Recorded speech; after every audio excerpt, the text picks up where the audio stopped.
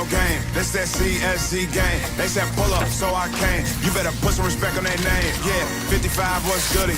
Kill the vibe, how could he? Big Cardinal on the hoodie. Let me break it down for you fully. This ain't your average broadcast. This ain't just no podcast. I'm on the show, spread fake news. We just call it a podcast. West, Joey, Sam, Sean, Dalton. And you know that boy hit you. He said he want small fries. Tell him they better make him big. Yeah, you already know what we be on. You bet. Here he goes.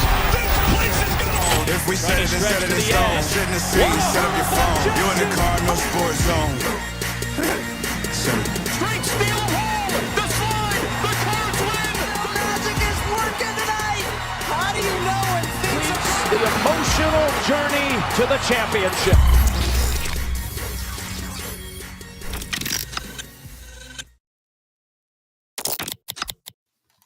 We are coming to you live from the Shoot 360 studios. It's the longest running streaming podcast series in the city devoted to U of L athletics. This is the Cardinal Sports Zone podcast brought to you by Prime IV Louisville. Give them a call at 502-251-9836 to get your wellness and hydration needs met, and to get them. Wes has already jumped out of the chat because I think he could hear his own echo again for some reason. I'm not really sure why his phone's doing it. To get your wellness and hydration journey started, let them know we sent you. They'll get you set up. We'll get him back in here. You there, Wes? Yeah, my link was just messed up for a second. I had to leave out and jump back in. Okay. Well, I'm glad you got your link straightened out. Again, Prime IV, let's try it third time's a charm. To get your hydration and wellness journey started, 502-251-9836. Members of the podcast are about to go in there in a couple weeks and test it out. I've already done it. Phenomenal. It meets. They have remedies for weight loss. They have stuff for hangovers if you're on that end of the journey.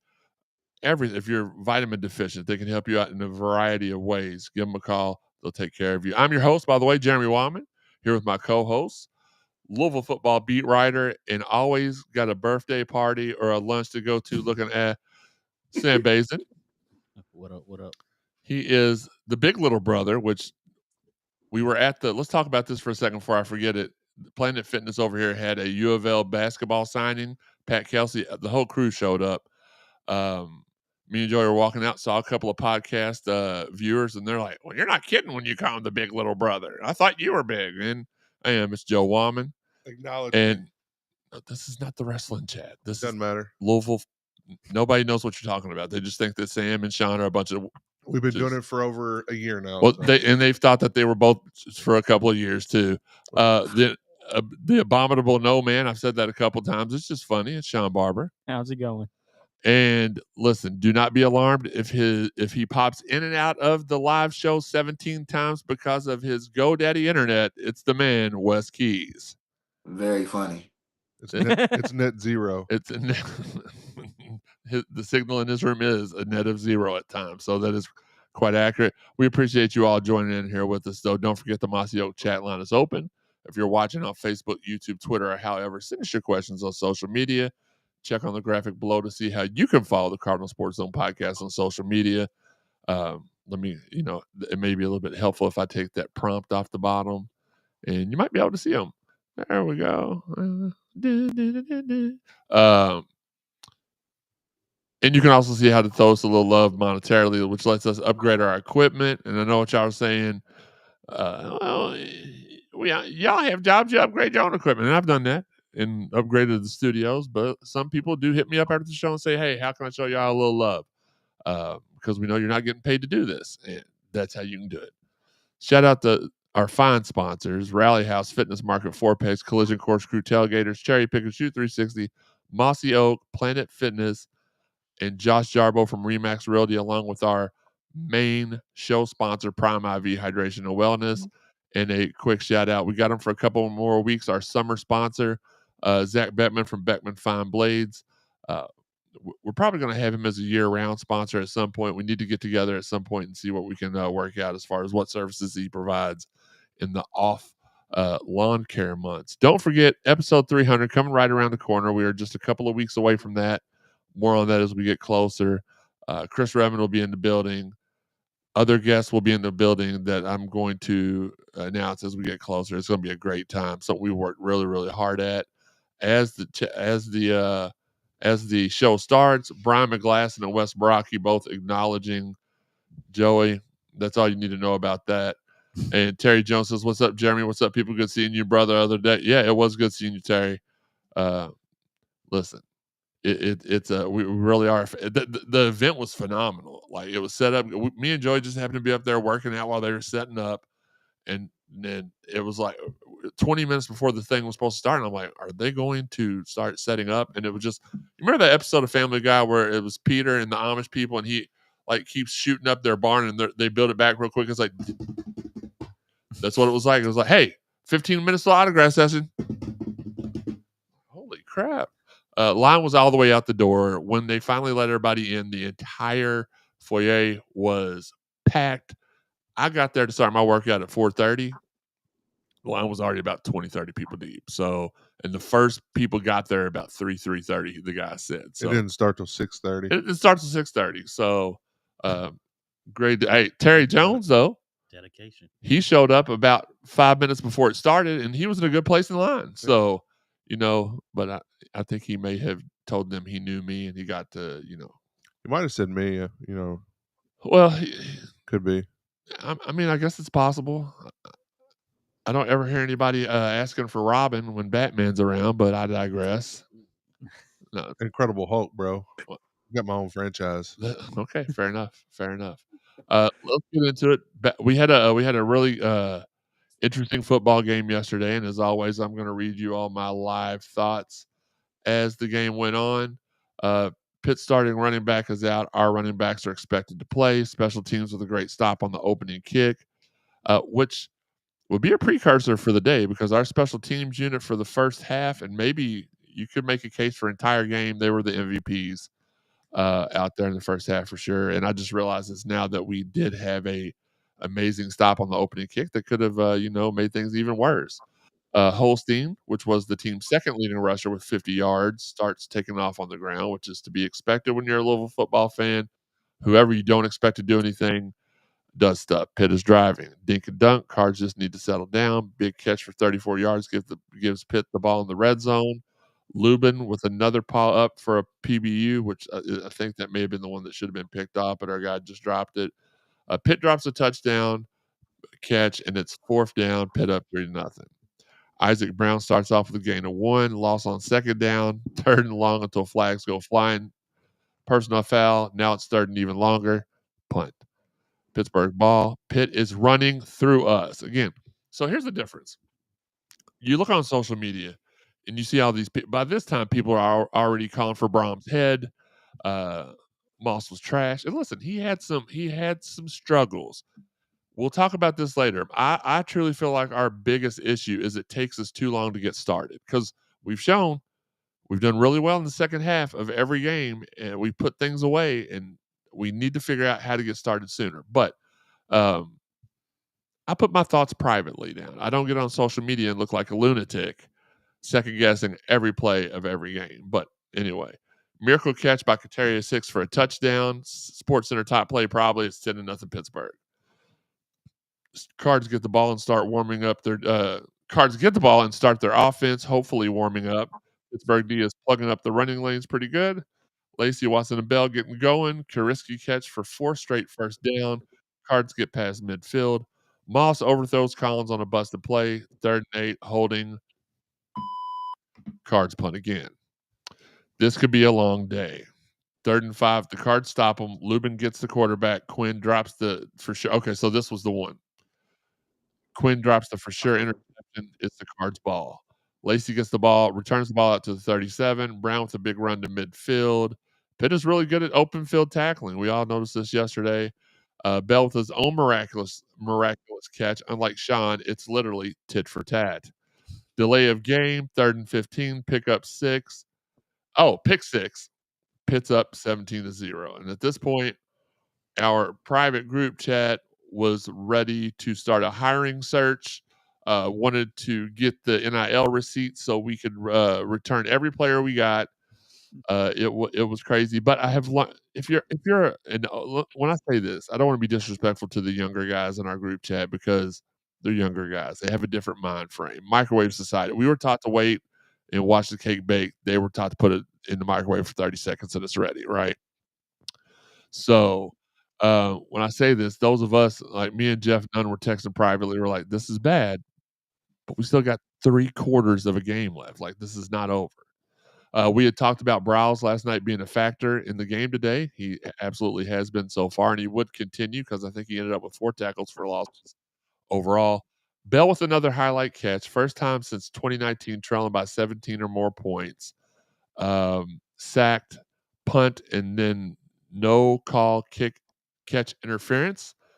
Benefits us. Ruffin recovers a forced fumble for the Cards ball near the 5-yard line. Watson to the 2, Watson to the 6-inch line, 3rd down and Sean. Moss quarterback sneak for the touchdown, 17-7 Pitt early in the second quarter. Another penalty, unsportsmanlike by Musa, shaking my head. Cards are on defense now. Good stops on 1st and 2nd. Fans are still pissed. It's 3rd down. Cards hurry Holstein, and it's an incompletion, 4th down. Running back is stuffed, but 9-yard completion to Lacey sets up 3rd and 1, and Lacey gets 7-yard completion for a 1st down. Hurry drops a sure catch, and Moss tosses a 3-yard pass to Brown, 3rd and 7. Meeks with another big play, converted for another Cards 1st down. Watson for 8 on the ground, followed by a 1.5 yards. 3rd and inches, quarterback sneak for the 1st down. Isaac IB with an insane tush push. Pass interference on Pittsburgh. Finally, a penalty on them. Lacey for 12 to the 20. Offense sputters for a few plays. It's 3rd and 10. Cards 35-yard field goal attempt. It's good, 17-10 Louisville. Louisville is now on a 10-0 run at this point. Cards need to stop with halftime quickly approaching, and this is where we were like, we need to make things happen right now. And it went horribly, horribly wrong. Cards hold on the first 2 downs, and we have 3rd and 5. Stopped, 4 minutes left in the first half. Muffed ball by the punter. Fumble recovered at the 25 by Lowry. Here come the Cards.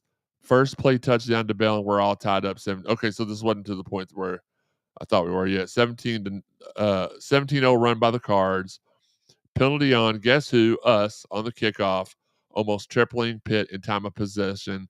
Another penalty. Yay. This is where this is where things started to go horribly wrong. Pitt has the ball past midfield already. Conga bats the ball down. It's 3rd and 6. Pitt is 0 for 5 on 3rd down at this point. They convert 4th and 6. They're now 0 and 6 on 3rd down. Pitt has 4th down again. False start is now 4th and 6. The field goal attempt is good. Stops the Louisville run 20-17. It's a minute 42. You're like, well, things can't get much worse. We let them score. Oh boy. We catch ourselves at 3rd and 2 after a nice completion to Skinner, but the Cards punt after they only run 44 seconds off the clock. Pittsburgh gets the ball. They're rolling down the field. Busted play touchdown before the half that slices it up pretty good, 27-17 Pitt. Halftime, special teams is the first half MVPs. It looks like the running backs' NIL injuries seem to be legit. Lacey running the ball now. Watson out. IB injured.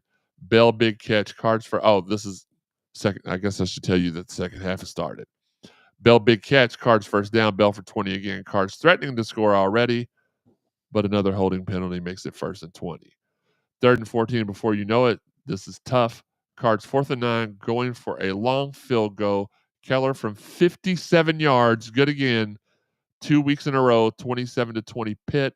59, if you were wondering, was the record at Heinz Field / Ackerall, whatever.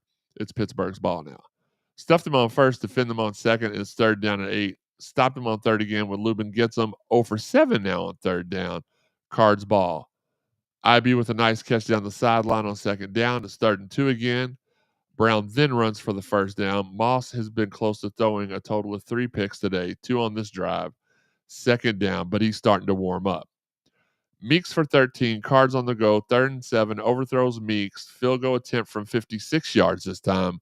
No good. Editor's note, our kicker can only hit from 57 apparently. It's Pittsburgh's ball. Deep ball to Hicks again after the Deep ball to Hicks again after the fat bastard gets carted off the field, who he looks to our team as they are praying for him and says, F you all, you effing suck. Over this next play, very next play, over the shoulder interception by Watts. Lacey with a great first down catch. Duke Watson, who was not returning to the game according to announcers last series, with an option pitch run for a first down. We're sacked the next play, false start, Cards punt. Going to the fourth quarter, we trail by 7. It's 3rd and 5, loss of 1. They're now 0 for 8 on third down for the game. It's 4th down and 7. They're going for it. We stop them again. Turnover on downs. Watson with a 3-yard catch, a missed throw, and it's 3rd and 7. Lacey for 38 yards, Cards on the 23. Moss eclipses 300 yards passing on that one. 3rd and 1, and Moss throws a touchdown strike to Skinner for 12 yards. We're tied up. It's 27-27. It's time for a turnover and to snatch the momentum, which is what we did momentum-wise. Everyone get ready. It's time for the conga line. Renee Conga makes the tackle. Tonga makes tackle. Conga makes tackle. Conga makes sack. On the very next play, TJ Quinn interception, LFG, big run Brown for 10, Bell first down, career day. It's 1st and go, corner touchdown Kariski, 34-27 Cards, another 17-0 run for Louisville. We had this confirmed earlier. I said whoops because my screen just went off the screen. There we go. Had it confirmed earlier by Kelly Dickey. This was the first time in school history that the Cardinals went down 17-0, tied it up. The opposing team went on another 17-0 run, and we won the game. That's just out of everything that has happened. It's crazy that's the first time. It is what it is. Very first play, holding on the offense. They changed their quarterback up. It's 1st and 20, 11-yard gain, 2nd and 9, stuffed, and it's 3rd and 7, and they finally convert on 3rd down with this new quarterback. They're at midfield. We got to stop them. 3rd and 6, good tackling by us. Tackle for a loss. 3 minutes left. They're punting. Never mind. They don't. Stop them on a QB pressure. Cards ball at midfield. Big Watson run. Stop me if you've heard this before. Watson with a big run again. 1:57 left. Several Watson runs to bleed the clock. Punt. Quinn again with the interception. Cards win 34-27. Are now 4-0 heading into a big matchup, which before the season we didn't think it was going to be a big matchup because it was the Cavalier Virginia team. And this is a team that in the coaches poll that came out today, we're ranked 27th. They're ranked 28th. The game this Saturday will be, ideally, it will be for a top 25 ranking. Crazy, insane. Let's go to the chat line real quick before I read some of these stats off. Terry says LMFAO for sure. Andrew says this Virginia game just turned into a huge game. Wes Brocky says our ball boy was awesome. Loved how he fought the Pitt players to get the football back. Yeah, for sure. Stats, turnovers. We had 5. We forced 5. They forced 1. Moss ended up the game 33 for 51. If you throw the ball 51 times, if you don't have 300 yards, you probably should be sent into oblivion. 339 yards, 3 touchdowns, a pick. That was the pick 6. So, I mean, every touchdown, every pass that was in that category was returned for a touchdown. Lacey 8 for 95. With I know his people are gonna be like, yeah, but Bell had 10 for 135 and a touchdown. Yeah, but a lot of Lacey's catches were conversion catches. 3rd down, 4th down, big play catches. His stat lines always remind me of our guy Lavelle Boyd. Didn't have flashy stats, but he was the guy they went to when they needed a conversion. Defense, special teams, special teams forced 2 fumbles. Defense, Ron English was the MVP. We are scoring offensively 38.2 points per game for the Cards. We had a chance for 40, but then we missed the field goal, and it pushed our average down. But let's start off with this. Sam, and I'll ask you this. Why do you think it takes so long for this team to get started?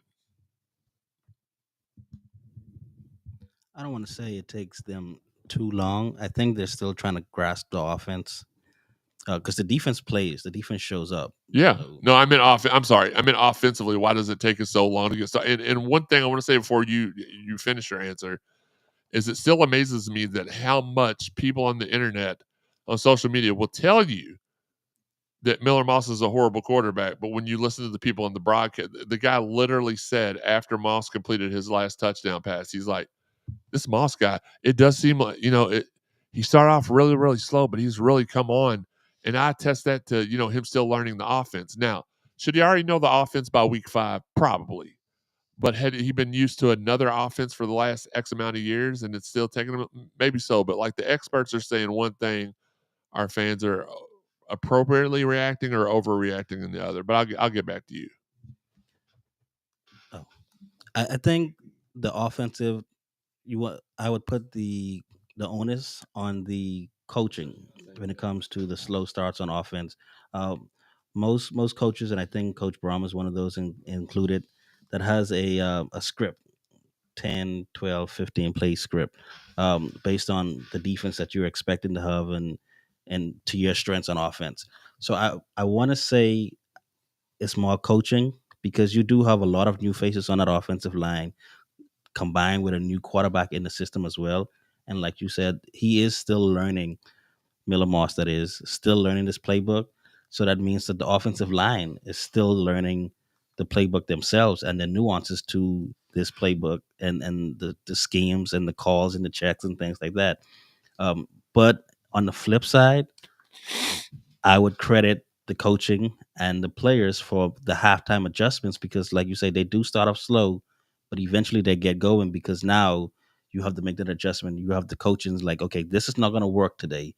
Scrap this. I know this is what we wanted, but based on what we're seeing and how the players are playing on this particular day in this moment, we're going to have to go with these calls, these formations. This is what we're going to do from here on out. So long story short, yes, I credit a lot of the slow starts to coaching. So this just come out the AP poll. Virginia is ranked in the AP poll at 24th, and Louisville falls 4 spots after the victory to 30th. Interesting. I don't get that at all, but it gives us an opportunity for a ranked win. So I'm not really worried about that. Nope. Because then we got Miami the next game. Yeah. So Let's see, no pun intended. All the cards will be on the table then. Hey-o. All the cards. Because if we beat ranked Virginia and then we were to pull off the upset of Miami, which I know Sam is on the fence about, there's no way we're not ranked. Well, we're in the top 20 at that point. I'm actually glad we're getting that bye week because of running backs. We know you like the bye week because the running backs right now, man, they are obviously injured. Like Isaac Brown did not look like he's definitely a step slow. When Duke Watson looked like he got. I mean, as a matter of fact, he did get. They did say he was out for the rest of the game. Yeah, and then he came back and played and actually kind of looked a little bit more energized after we had gotten the lead back. Maybe get some Prime IV. I was going to say, though, he absolutely went to Prime IV at halftime. Yeah. Or what was Friday Night Lights? Remember when they got Bubba? No. What movie is that where they shot him in the knee with some something? Oh, that was Varsity Blues. Okay, I always get those two mixed up. Before the season started, we all said this Pittsburgh game was going to be the 3rd or 4th toughest game on the schedule. So we knew it was going to be a dogfight. Why did it seem like, Sean, I asked you this one, why did it seem like everybody forgot how good of a team Pittsburgh was and just automatically, well, they're rolling us. We suck. They're awesome. But they almost seem to be an afterthought at this point. Why do you think that's the case? I think part of it was what happened in that West Virginia game because West Virginia is not a good team at all. And they pretty much just ran the ball down their throats. It's a rivalry game, though. I mean, yeah, it's a rivalry game, but still, like they're just so bad. And a lot of people are like, "Oh well, look what happened with West Virginia. We can run if West Virginia can run the ball on them, we can run the ball on them." But what's going on? We got both our running backs injured. One ended up being out that we thought was going to play. Third string didn't play at all, right? So you look at that, and we forget their defense is so good. I don't care how bad the offense may be, their defense is always going to be good, and they're always going to keep them in games. And that's what they did. They basically said, we're going to take away the run. Miller Moss beat us.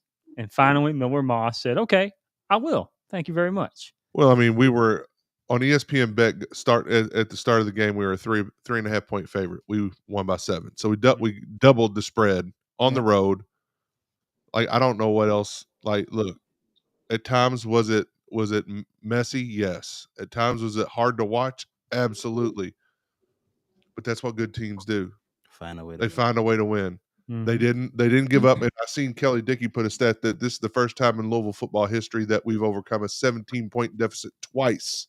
Yeah, we one just game. said that 2 minutes Well, ago. I was looking up the AP stuff. Gotcha. We weren't down 17. Yeah, we were. Yes, we were. We went down 17 twice. We He were down mean- 17-0. Yeah, and then we were down 34-17. They went on 2 17-0 runs. No, we won. Sorry, 27. we were down. Sam, we were down 17. Then we tied it up. Then they scored 17 They more. scored 10 and then we more. They scored 10. No, he's right. They scored 10 now. Well, then Or Kelly maybe Dickey double was wrong. digits. Maybe it was Yeah, double because we digits. tied. I don't know. Yeah, No, it was double Kelly digits. Dickey said 17-0 run. Because it was 17 No, I know nothing. We it wa- tied it, and they Do got you think? it in the half, and I then they know, didn't I know. score Hold on. again. I know. 34-27 was the score. Yeah. Yeah. Oh no, I they know. scored a field goal. That's right. They hit a field goal. Go Wes. Do you think he was possibly referencing the fact that in back-to-back seasons we overcame No. deficits like that? No. Because No, he when we said in down. the game. Oh, okay. Yeah. But either way, it was a tough environment. We hadn't won there since 2015. So we broke Yeah. that streak. Mm-hmm. And I'll be the first one to tell you, first half, I was like, man, I'm questioning, maybe this ain't the guy. Maybe it's The coach or the quarterback? quarterback. Okay. And I'm just throwing it out there, like like some doubt crept in, and I'm like, maybe this ain't the guy, maybe. And I even said this to Jeremy, maybe it's the lure of Jeff Brown being the quarterback whisperer, the hype that he had going into USC and his early on success. But then in the second half, he did. I mean, the passes came down, they were accurate, they were down the field, like he started. They were quicker. Yeah. So, again, maybe it just took 4.5 weeks, and it is what it is. Again, coming into a brand new system, all of our backups have been here. They've been at least through, pretty much a year of the system. So they know. At least, yeah. Yeah, this guy hasn't. He's got 6 months, and what, 3.5 games of experience, in the system. So we'll see. Good win, 4-0 going into play Virginia. Could be 5-0 after that, going into play a top 10 Miami team. So Kelly Dickey said it was double. It wasn't 70-0. Double digits. It was double digits. Okay. Okay. I think I just had it in my head 17. I don't know why. Probably because we went up 17-0. That's probably why you thought that. Wes, I'll ask you this: do you think, because you're more like our fan pulse, because you do a lot of spaces and you're on social media a lot more than any of us are. Do you think that the fan base and it's, I like to call them the radical fanatics, because Wes, you're in the group chat every single place. Somebody's either the best, the worst. We're firing them. We're giving them an extension. It's exhausting, and the fact that these younger kids in that group chat don't realize how exhausting it is to be literally bipolar on every single play of the game. And that's no offense to anybody. That's just the kind of behavior that I observe. Do you think we're finally done acting like that on social media? Are we finally done giving up on this team after a little bit of adversity every game? Because I will say this before you answer. We have been conditioned because of certain events in our sports fandom to feel like every time something's going right, it goes wrong. But that was normally reserved for full games, not every single play that went down. Or do you think that people are just going to continue to act as the younger generations grow up? They're just going to continue to act irrationally like this, and we're just going to have to, as grown, mature adults, be like, "Look, that's just them kids acting like childrens." How do you what's your idea on the pulse of the fan base? Honestly, I probably say it's always going to be like that, and I think it goes generationally, not just the younger generation. Because even my sister's mother, watching basketball games with her when I was a kid, Louisville would go down 5, and the team would hit a 3, and we go down 8, and she'd be, "Oh, come on, it's over, it's over." Turn the TV off. Some people, No, you're right, because like it is either, because my dad was like that too. Like if Louisville, Sean's like that. Oh yeah, that's true. If we went down on football, if we went down in football 7-0, it was over. There's no way the Steelers are coming back. If we We're didn't down. stop them if we didn't stop them for no gain or a loss every time, we can't do anything. Even Or if we only allowed 4 1-yard runs, it was like, what are we doing? Yeah. So I remember And then I can't remember the guy that played for Louisville in basketball. Keith agree. Yep.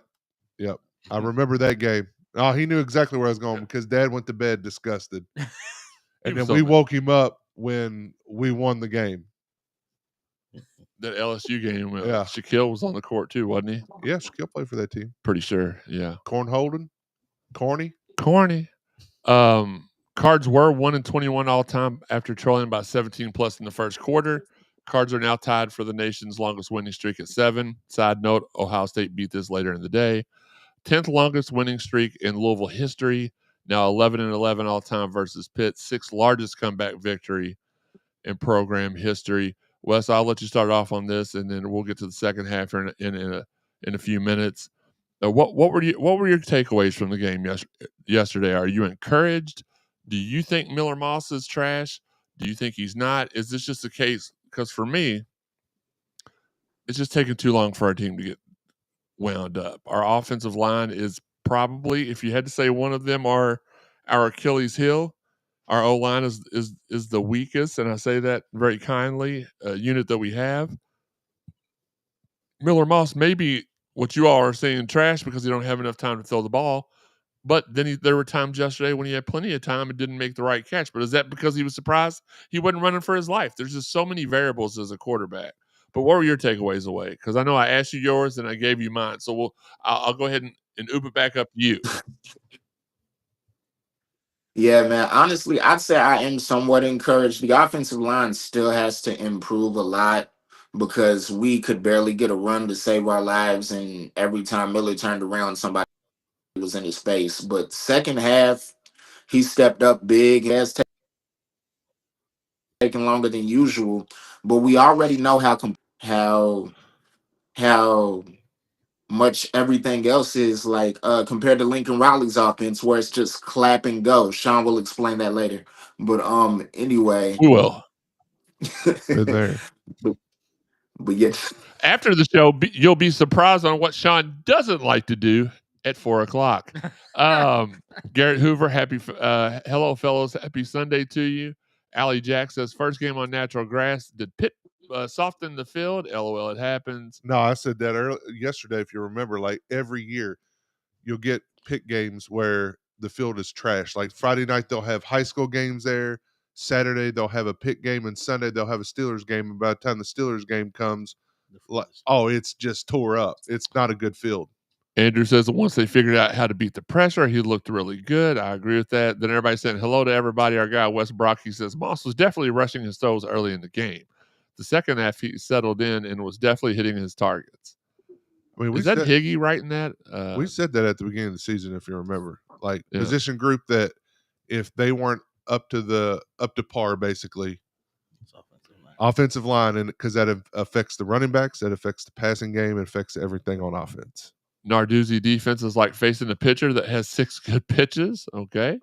Like the 90s Atlanta Braves. A little bit. Garrett Hoover says second half, the play calling seemed to be simplified. A lot of dump passes seemed to get a little confidence back in Miller. That's what I was going to say. And Allie Jack says the O-line issues are multiplied due to the running back injuries. Sean, did you have any what were your thoughts on the game yesterday? Well, that's all the time we have for Sean. Yeah. No, I'm just kidding. Go ahead. Miller Moss, I like the fact that he was competitive. Like, I mean, he could have easily the body language never changed, right? He could have easily been like, oh, God, we can't win this game. I'm doing everything I can. But he's a good teammate. Yeah, he showed a little frustration, but he came out there in the second half. They had him, like I said, he said, Wes said, making dump passes, making simple passes. And that's the thing. Sometimes simplifying the game plan against a team like this is pressuring you all the time, bringing a blitz. They were bringing a blitz, I think, almost every down. Yeah. Well, because it was working. Yeah, it was working. So what do you do then? Yep. You make it simple. You go, here's your 2 guys. If this guy's open, you throw it to this guy. That's it. And that's all they did, and it worked because it simplified the game plan, and then it opened up the other passes later on because he was able to hit some some more deeper patterns and what have you. I think I disagree with you a little bit on his demeanor because I think it did change, but not for the worse. I think it actually changed for the better in the second half. once he started getting, some momentum going, it actually looked like he was getting more vocal out there. It was, he had a more positive, body language that was displayed. And sometimes that's all it takes is one thing for something to click, and then, so hopefully that's the moment. But I Carries think over. it's to say it didn't change throughout the whole game. I think it did, but I think it got better. And I don't think it was bad to begin with. Yeah, I don't think it was bad to begin with. It was kind of like next play. They always teach you, you can't worry about the previous play. Just move on to the next play. And then at some point, it looked like a light bulb kind of went off, and he started, hitting. Because in the first half, like Jeremy said, he was not, or somebody said, and I was talking about it yesterday. It was one where he scrambled, and there was nobody around. Right, he could have actually took off and ran and got some yards. Mhm. But the receiver was cutting across the field, nobody in front of him, Dakari caught receiver about 3 yards behind him, and that's a throw that anybody should be able to make, and he missed it. Mhm. Mhm. But second half, he wasn't missing those, and he wasn't throwing them well over their heads or behind them or anything. He had some zip on it. He was putting it right where it needed to be, and he got better. So that's all you can really ask, from him. So I think I think he was trying to go to Dakari Collins on the crossing, on the deep cross route. Yeah. He would have had and the he- sideline and had at Yeah. least, probably he'd have had the first down for sure. He still overthrew guys the entire. I've got 3 times on my shot sheet where he Yeah. overthrew guys the rest of the game, but they got less and less as he got more confident. Like Less y'all are talking egregious. about. Less Yeah. egregious. Everybody's going to have, a missed pass or a missed read or something here and there, but the consistency of it went down. Sean, you were. Mhm. Let's let Sean finish his thoughts because he didn't get to finish them. What? Oh, I thought Take he it. stopped. I thought No, Well, I he was stopped listening. because Yeah, because Joey's making a point. It was a good point. It wasn't. It was no a very big good deal. It's just you didn't get to finish your thoughts. But on the game. defensively, though, this team showed me a lot too, because what we saw in the first half of the season pretty much carried. Yes, they gave up a couple big plays that they hadn't, but this is also the first team we played that's more of a passing team than a running team. And Good the point. fact they were able to limit it, especially in the second half, they locked down the second half. Like Pitt could not get anything really going in the second half. And that impressed me a lot. And that you got to give credit there to Ron English, but you got to give credit to the players, because the players came out. TJ Quinn had a great game. 2 picks, should have had 3. Should have had 3. Should have yeah. had 3. Garrett Hoover said shout out to the ball boy as well. Oh yeah, that honestly, when that happened, that kind of would have sparked on the team. It really did. And like after that, you kind of saw the fight come back in the team, because there was when we were down 17-0, it looked bad. Like it just didn't look like we were going to be able to get anything going. And then the spark got lit. We tied it back up, and then we did not. We kept holding on to them, not letting them get away from us, and then finally overtook them. Absolutely. Sam, what about you? I want to briefly talk about the point that Sean, Wes, and Joey talked about Miller Moss and his body language, more specifically Joe. When I rewatched the game this morning, I heard, which I kind of, when I do watch it, I watch it on mute live. When I rewatched it this morning, I heard the announcer mention something about Miller Moss getting more comfortable in the offense, because even though I think they say he graduated in 2 years from USC, his play calling was more, like you said, the clap. It was more no huddle. It was like he didn't. Mhm. This year, he's now learning how to call the full play, go in the huddle the majority of the time. So now you have to not only listen and hear the play, you have to remember it so you can go ahead and say it, tell it to the guys confidently. Because Jeremy, as offensive lineman, tight end, if that quarterback is bumbling or stuffling or whatever, and he doesn't sound confident, it kind of affects how you come out on that snap. So It never affects how I come out on a snap. But so what I did was I went back and I rewatched a quarter of when he played us. I watched about a half of a quarter when he played UCLA, and I watched a half of a quarter of another game. I'm drawing a blank on that. And they were right. Most of he was hardly ever having to huddle up and call the whole plays. Everything was already Yeah. pre-designed on what he was doing. So now not only is this a new, more complex offense and playbook, now you're asking him to do more as a leader. He's doing things that he never had to do before. So it's going to take him a little bit longer than I thought it would have been because I was not aware of the change. But that was about that. I was impressed with the defense. A lot was said, and including me, about Ron English and his defense last year. How dare you besmirch the fine name of Ron English? A lot was said, and a lot of it was not positive. There may have been something I remember from the preseason that was something like his defense was like a first love, like easy to get to and run through or something like that. I don't know. Go ahead. My bad. I was one of those people that was calling for him to be let go at the end of the year. I was one of those people that was upset that he was retained. Yeah. And through 4 games, I am starting to come around, and I'm starting to write an apology because he deserves one from me, especially because that defense. It's fun to watch Sam eat crow, isn't it, guys? That defense yesterday was phenomenal. They confused. They had 1 sack, which came in the 4th quarter, perfectly timed. But they confused Eli a lot. There wasn't a lot there to be had, and if it was, they closed it up pretty quickly. I think Pitt had maybe 3 or 4 big runs, but you know that they also made an effort. Pitt did on offense to get Hicks the ball to say, "Hey, prove them wrong." They said that you couldn't play on the outside. We lined you up on the outside 3 times. They went to him twice, and 2 of them were big gains. So I'd give a lot of credit to the defense based on what they had to deal with, because Pitt is never an easy place to play, regardless of what Louisville team we go to. So hats off to the defense because they played exceptionally well. So for me, defensive wise, I'm still trying to because I don't want to give Ron English any props. I'm trying to figure out if it's just that we have superior athletes that are making up for the downfalls defensive leader wise, or if he is actually getting back, because this is not his first stint here. He was here before. Didn't care for him then. Not as a part. I'm sure he's a great guy. Not as he was making some gestures yesterday during the game. If you looked at Rutherford's Twitter line, that looked kind of subjective and auspicious, but sure he's a great individual. But I just you never really can tell whether it's coaching or if it's talent, right? Because you can put horrible players on the field with great coaching, and they may or may not compute and do well with it. Or you can put world-class athletes out there with horrible coaching and they can overcome that. So you just don't really know which is which. I did shockingly predict that my defensive player of the year was Ron English. Or the defensive MVP was going to be Ron English before the year started.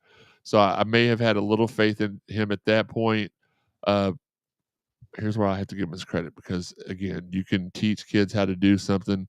If you teach them the right places to be in, you'll be successful. And apparently he's teaching them the right places to be in. So I will absolutely join. If Sam will give me a fork, I will join him in eating that crow. Before I forget, let's go to the hottest segment that is sweeping the nation. Sean, it's your time. It's your time, bro. Shine.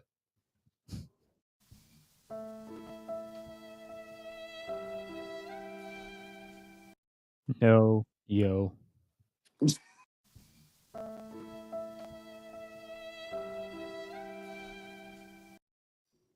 And he always starts while the music's still like it's not done playing. He's like, no, and then all the listeners hear is, oh, no, yo, ho, premature enunciation. So Unbelievable. Joey, is that reason number 2,980? Oh no, we're way above. We're way above that. Okay. Yeah, we're in the millions now, man. Unbelievable. I don't know that I've ever had any yo. Not sure what it is. Is that some of that 6-7 stuff? Oh God, don't say that. My daughter just started saying that the past 2 days. I mean, I don't know what either one of them are. Hey, listen. I mean, I know I'm 6'7". This is true. I gotta give it to Garrett Hoover. He's absolutely right. Sam, why are you apologizing? Your team is playing against us in a couple of weeks. If you know, you know. Throw it up. It's not game week. Oh, Oh, yeah. You heard it here first. You heard it here first. Allie Jack, our guy Robert was like, "Man, those refs are a joke calling horse collar." And Allie Jack said, "Well, I thought so too, but the college rule says grabbing the jersey near the numbers from behind." Sean, we will explain later. So the rule must have changed. So by definition, it was a horse collar. Yeah, because before it was like the nameplate area. But do you know where it's not a horse collar or who it doesn't apply to? I found this out today. Quarterback inside the tackle box, inside the pocket in the pros. Well, in the college, well, it probably is in the college too. A lot of those mirror, but yeah, like you can grab a quarter like that. Just doesn't make any sense to me. Don't. Horse collar should be a horse collar, no matter where you're at on the field and who it is. I can see why it's I can see why that rule. Like Michael Bush, that's why he broke his leg. Bo Jackson.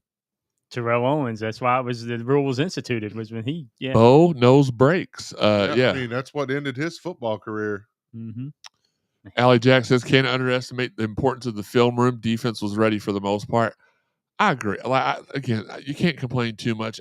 This game at the beginning of the season, a lot of us, when we ranked our strongest games of the season, most of us went Miami, Clemson, Pitt. Some of us went Miami, Clemson, SMU, Pitt, but Pitt was there at 3 and 4 for pretty much everybody. So for us to be able to go into one of the toughest teams on our schedule and come back from the deficit we did not once, but twice, just shows how good of a team we are. And Pittsburgh's not a joke. They've got the weapons to make this happen.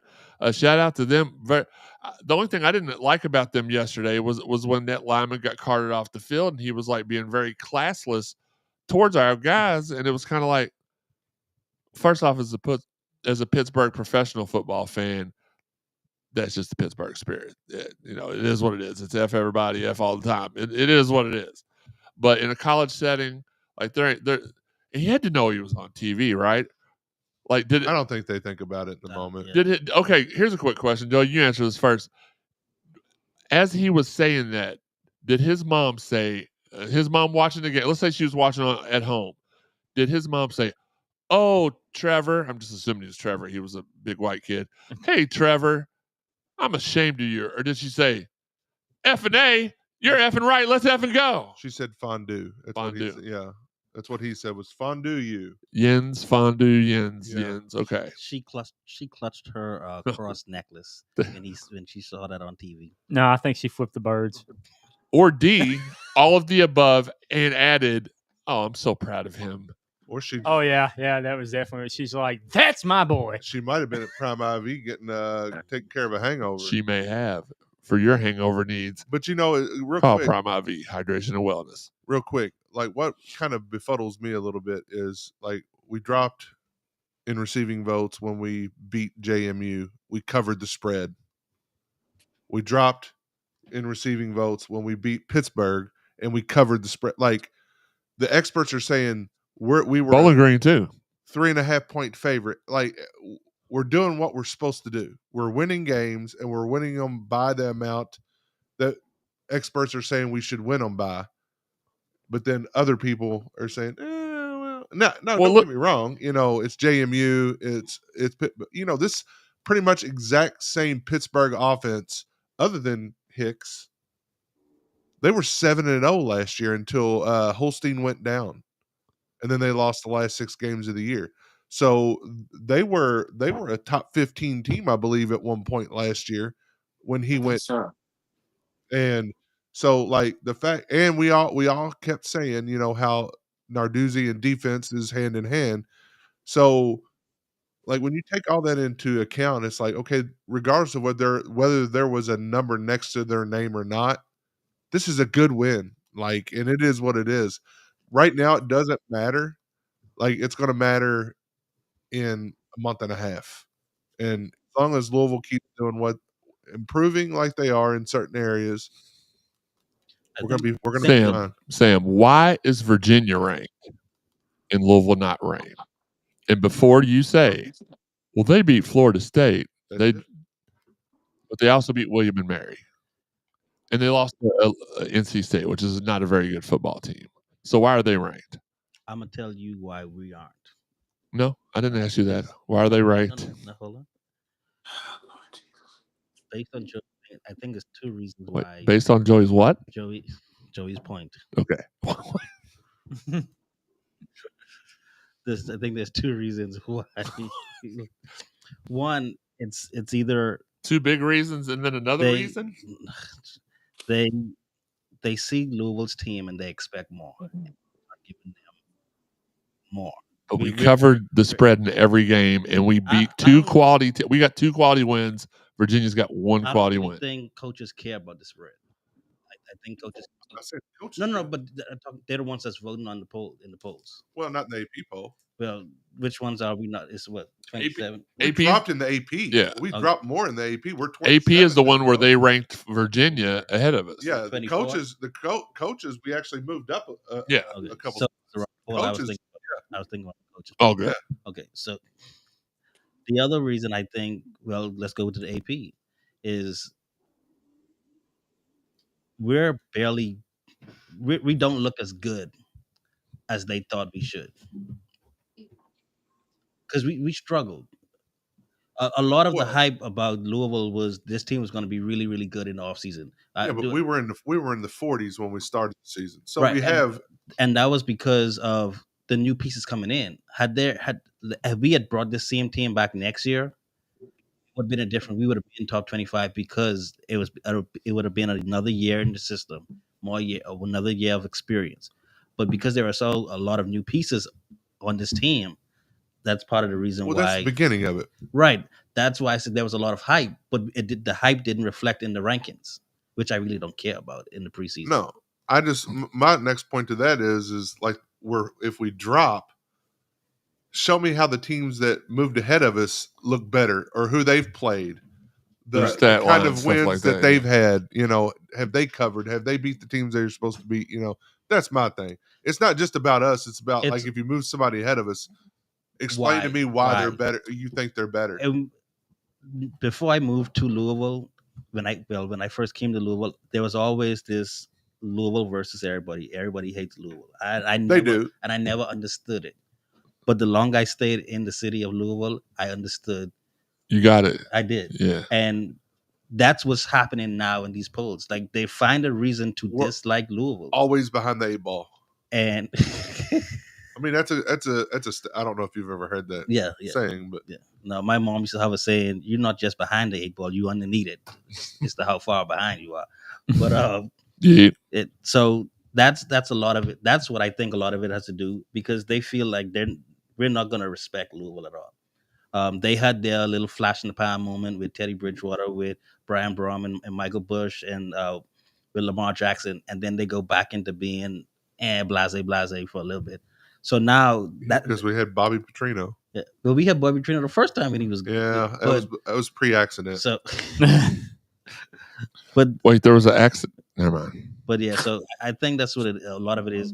We're not ranked because they don't respect us. They figure we'll show up for a year or a few games, and then we'll go back to being just a normal run-of-the-mill team. We've won 19 games in the last 2 years.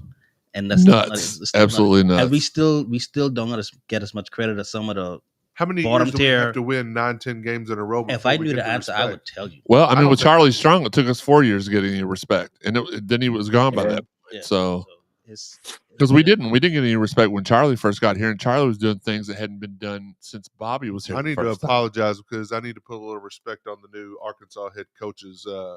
You mean Bobby 2.0, 2.0? Yeah, his name a little bit. Bobby 2.5. There's no, this is Bobby 7.0 actually. I still, even this year and last year, I felt like we were better than a few SEC teams that were being acknowledged. Well, to be fair though, Sam, and not to interrupt you, but 9 out of 10 teams in the SEC are overrated at all times, just so they can be fed to the higher ranked teams. Yeah. Well, we say that every year. Like, every week you'll see a new SEC team pop in at 24. It's because they're playing Georgia or LSU or Alabama or somebody like that. Oh, we need it. Oh, Alabama beat 8 ranked teams this year, And- ranked when they played on teams, and we have 3. And where did they finish at? What did I say? What I count earlier? 11? No, it was 12 in the top 25. I said 11. It might be 12. And they'll say the same thing about the only reason they rank Louisville is because they're playing number 3 Miami next week or whatever if we win. Mossy Oak Property says, "What's up, crew?" Zach Beckman says, "What's up, my guys?" Daniel Spencer, referee Daniel Spencer, up in Canada for the TNA Victory Road pay-per-view and taping, said, "Hey, 2 diehard Cardinal fans were in the main event of Victory Road."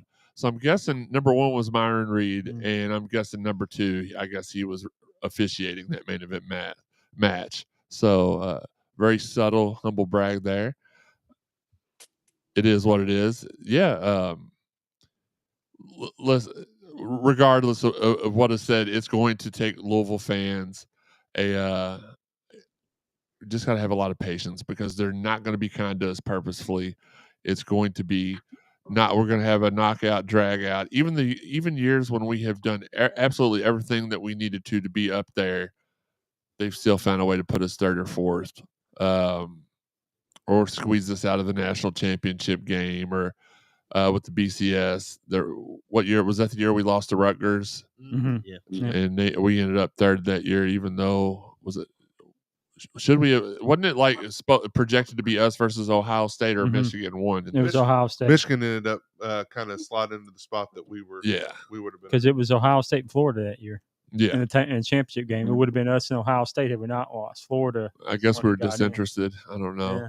Rapid fire: the number 6 ranked University of Louisville volleyball team swept BC for its first ACC win of the season Friday night inside L&N Federal Credit Union.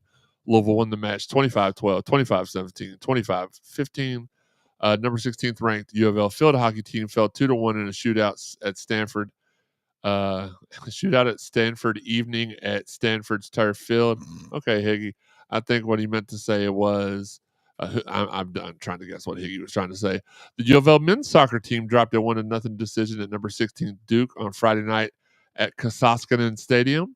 Despite a season high, no way he spelled that himself. Despite a season high 8 saves from Alex Svetanov, the offense was unable to gain momentum, tallying just 5 total shots and only 1 goal. Louisville women's soccer team, 10-2 overall, 3-1 in the ACC, defended home field once again in its 2-0 win over Miami Thursday night at Dr. Mark and Cindy Lynn Stadium. With the win, Louisville swept another homestand and improved to 9-0 at home this season, tying the program record for most home wins in a single season. We're at the halfway mark, and they've already set that's phenomenal. Congrats. Shout out to you ladies. The Louisville women's basketball team tip time and TV designation has been set for the 2025 ACC SEC Challenge. The league announced Wednesday morning Louisville will face off with national runner-up South Carolina from the KFC Yum Center at 7 p.m. on Thursday, December the 4th, and will be broadcast nationally on ESPN. Guys, please support our photographers. Jeff Nunn, who was up there in Pittsburgh, Fire Photo Gallery coming your way tomorrow at CardinalSportsZone.com. TJ Bard, Justin Kruger, Keith Russell. Stay tuned to our social media and subscribe to us on YouTube or Facebook to be alerted anytime we go live, even though we prefer YouTube. You can find the audio version of this podcast on over 125 different podcast avenues, such as Apple, iTunes, Buzzsprout, Spotify, TuneIn, Google, Amazon, and iHeart. Hit subscribe, like, heart, +sign, add, or whatever it is that Sean likes to do on the weekends. Now, if you haven't listened to all the prior episodes of the Cardinal Sports Zone podcast, it's easy to find. Go to CardinalSportsZone.com, go to the podcast tab, podcast drop-down menu, select CSC podcast for the stuff from the last 7 seasons, which is circa 2018, I believe. For the stuff between 2016 and 2018, good luck. Nikki V erased it all. Send him hate mail. But the stuff prior to 2014, 2013 is all in the archives tabs. Take a listen if you haven't checked it out before. Check out our exclusives on CardinalSportsZone.com, the place it all began. Shout out to everybody who's out there sharing the podcast. We appreciate you guys. Marcus Babin, Steve Rummage, 10 to noon, doing the Lord's work on ESPN 93.9 The Ville. Dalton Pence has Mondays with DP from 6 to 7 on the Big X. And Blake McCauley and Terrence Jennings have their show Spill in the Ville. This week they welcomed on BJ Flynn to the podcast. So check that stuff out. And shout out, since he's on here, shout out to our guy Daniel Spencer, main event officiating all the main events in TNA And we are looking forward, guys. We didn't get to talk about this because we didn't know about it yet. But do you think we move? No. So normally we do our the Wednesday night wrestling report on Wednesday nights, right? Mm-hmm. Now we have an alternative version of that show called Tonight's Wrestling. Do we move that to 7:00 on Tuesday just before the no, not this week. Sorry, the next week before Invasion to kind of break that down, or we just leave things the way they are? We'll know the team. We'll know the teams. We should know before then. So well, Daniel probably knows them now, but probably. We'll figure that out. I don't know. I got excited for a minute because it was announced last night during No Mercy and at the TNA Impact tapings that Invasion NXT versus TNA thing we've been waiting for. I had called it Worlds Collide. And Daniel can attest to this. I've been saying this for years. We needed that. There was even what's the word I'm looking for? There was even like a graphic that had Triple H in front of the Win Worlds Collide logo and it had those two promotions underneath it. So looking forward to that. I got off track here. Sorry about that. Social media, where can everybody find you guys at? Sean? No, you go last. Sam? Baseboy124. Joey? Joe Woman 526. Wes? Wes Keys _CSZ. I thought he was going to say Wes at nextel.com. Sorry, Wes. Sean? At Elville Sean. And where can they find you at schoolregistries.com? No. You're not on that one? Okay, No. he's not on that site.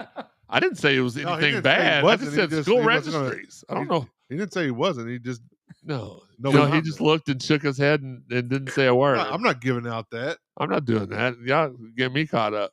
You can find me at Jeremy _CSZ. Easy for me to say. And you can also find the website at Card Sport. You can find us below. All that stuff below West right now is where you can find us. Daniel Spencer, Invasion. Daniel, don't tell me, but please tell me that you're going to be there refereeing a match. That'd be so awesome. Somebody that's got to watch, even as much as Daniel's got on my nerves the last 7-8 years. Very, very proud of him for his come up. Like we literally sat in the basement 7 years ago, starting off the Ringside podcast. And he would say, there was this little joke where he would say, "Oh, I'm in the business now." I'm like, "Dude, you're refereeing for backyard wrestling. You're not in the business." And I'd like to think that drove him to his success. That I was the reason that he then went on to OVW, then to TNA, and all of his success is no, I'm just kidding. But I really hope that, I have no doubt, Joey, me and you've said this before, we have no doubt that we'll see him refereeing a match at WrestleMania at some point in the future. Well, I've said it. I don't know if you agreed with, or was that Sean that agreed with me? Sean agrees with everything. I don't know that I said WrestleMania, but I said I think we'll see him referee a WWE show. Absolutely. And this would be a WWE show. Yeah. So proud of him. Glad he's listening to us today. I mean, he's the senior referee at TNA, right? So he's the senior referee at TNA, senior referee at OVW, senior referee at probably a couple other places that I'm unaware of. I would assume that he's going to be assigned at least one match. I hope so, because I know he wasn't mad, but he was low key salty. Now he wasn't the senior referee when this happened, but when the AEW crossover happened, I think it was Brian Hebner got the call to go over on Dynamite, and he was still the senior referee. And again, I don't think Daniel was salty, but it was like, oh man, I could have had that opportunity. Well, you're gonna have all the opportunities now, my friend. Final thoughts. Let's get back on the Louisville bandwagon here, Sam. If you don't mind delivering your final thoughts via the microphone instead of text message this show. Uneffing believable. Great team.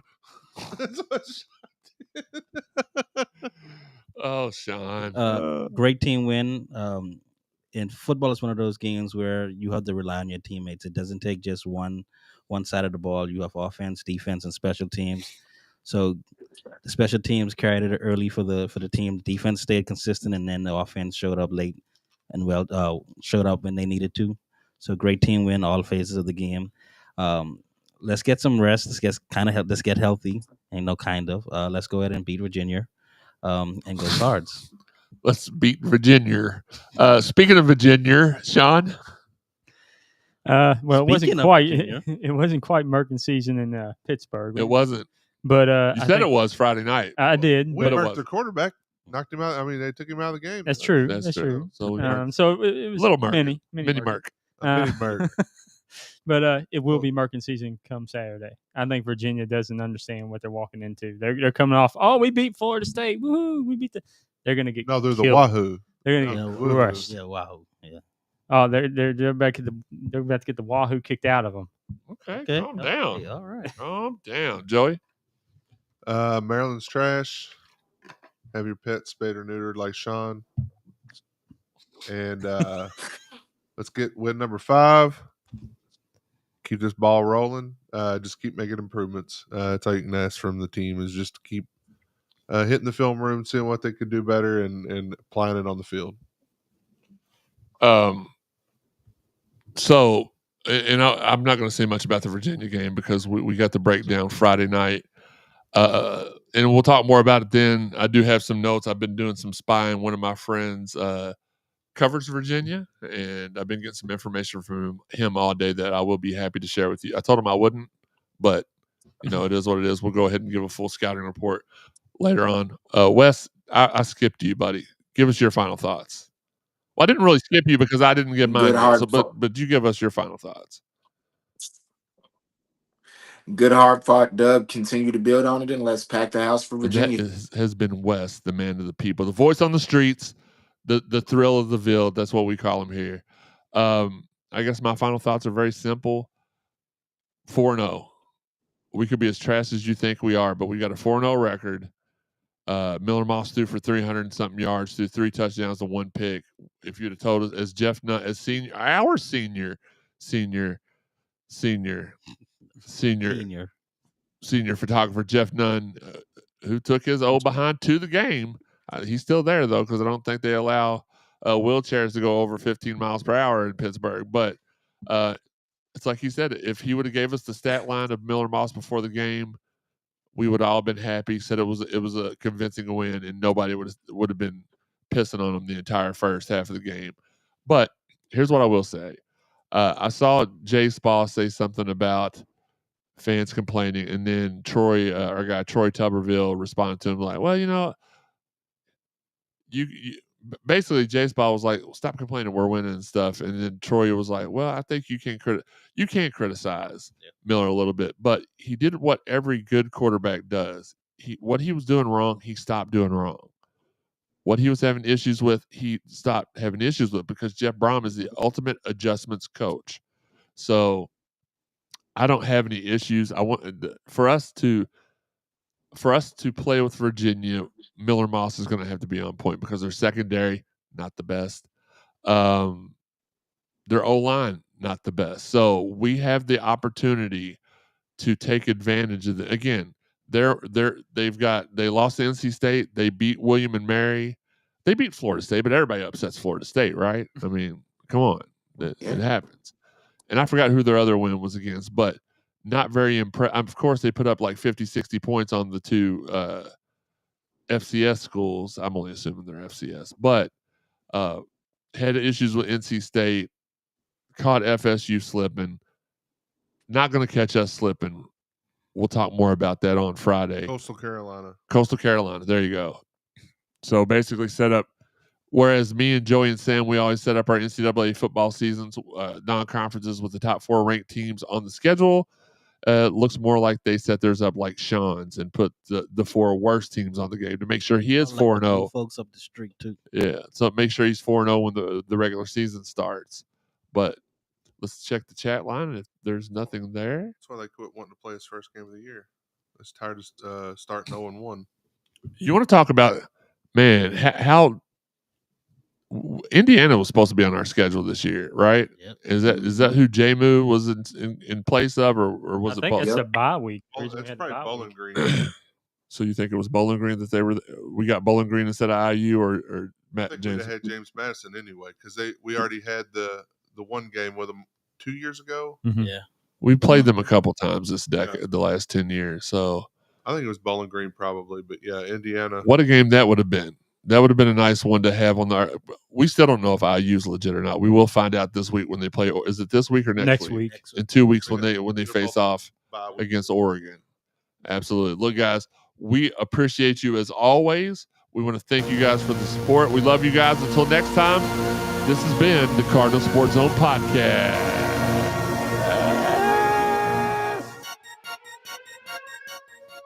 Dang, this loud. J's up. Throw your J's up. If you're a Brocky, you throw your J's up. Everybody else throws L's up.